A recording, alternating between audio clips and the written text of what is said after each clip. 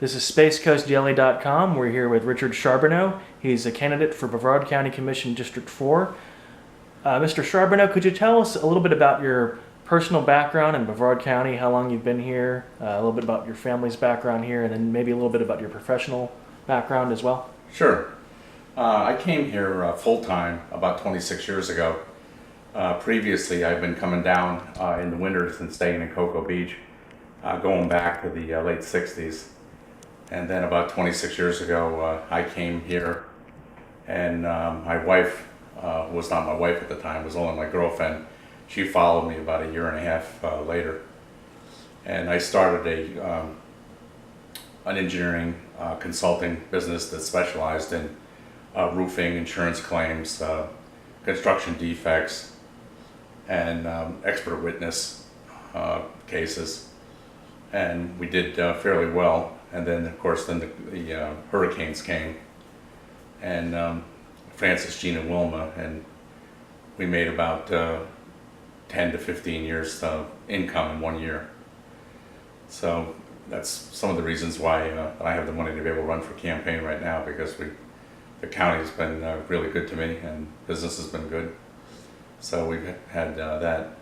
My personal background is I have a degree in abnormal psychology, counseling, and I have a minor in criminal justice. Okay. I attended the police academy also, and I do a lot of work with the police department. I do a lot of work that's volunteer work, guardian ad litem, Abused Women's Center, the mediation program for the county, and I also work with the homeless at Daily Bread, and I'm the chaplain for the homeless at Holmes Regional Medical.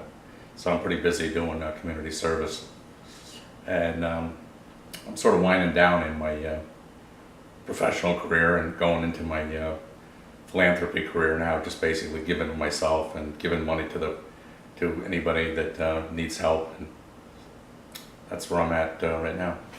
And you're running for the District 4 spot in the County Commission. What would you say were some of the things that inspired you to consider running for this office? Although I'm friends with every one of the board members, some of them very good friends, some of them casual friends, I saw that there was, in my opinion, excessive waste that was going on. The things that I thought that I could do better than they were doing. We had the first that I noticed was the fire engine debacle, where Satellite Beach couldn't afford a fire engine. They canceled the order, $1 million fire engine. Then the county went ahead and bought it for Satellite Beach and paid for it, and now parks it in Satellite Beach. I don't understand that. Then we have the $8 million helicopter contract, which I was probably the only person in the room qualified to say that the $8 million helicopter contract was bogus, was not what we needed at all. We could have done it for less than $1 million a year, rather than spend the $8 million.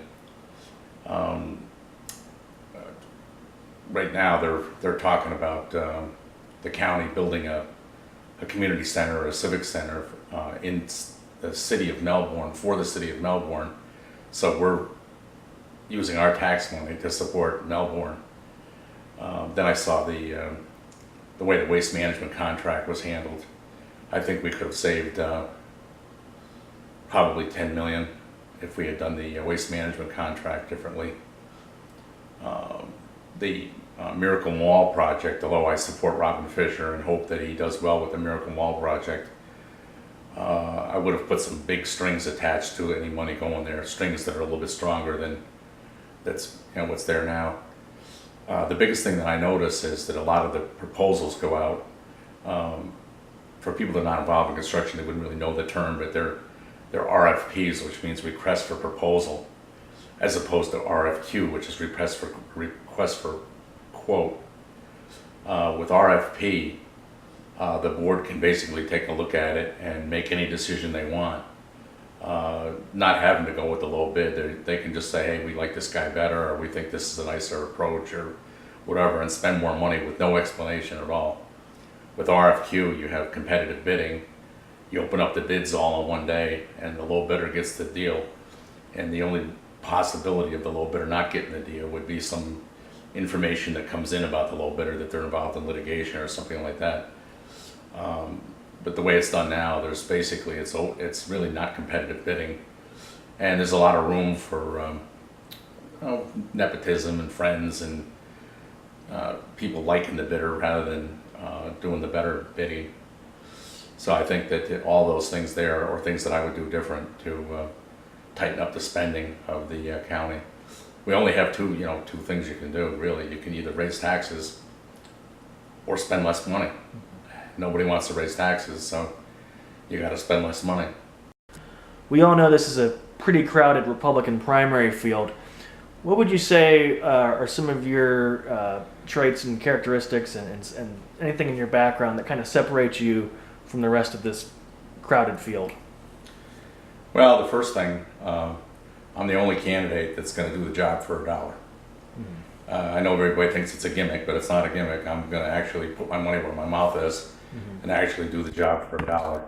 I'm either going to funnel the money back into the county, which I understand is complicated, or simply take the money and donate it to charities. But every cent that I get will either go back to the county or go into charities like Daily Bread, Guardian Ad Litem, the Women's Center, and things like that. I'm also the only candidate, I think, that's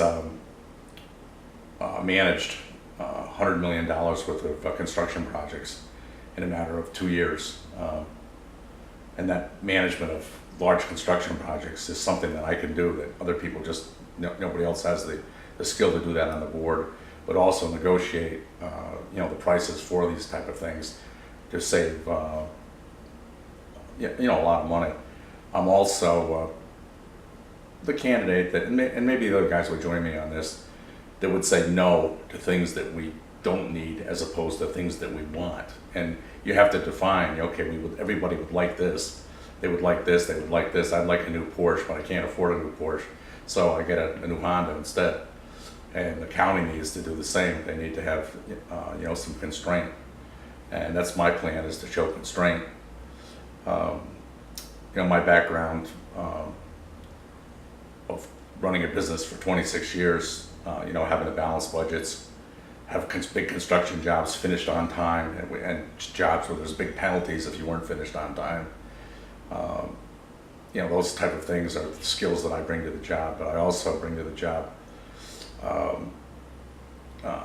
mediation skills that I can mediate between ourselves and our different departments, and actually between ourselves and between ourselves in the mediation.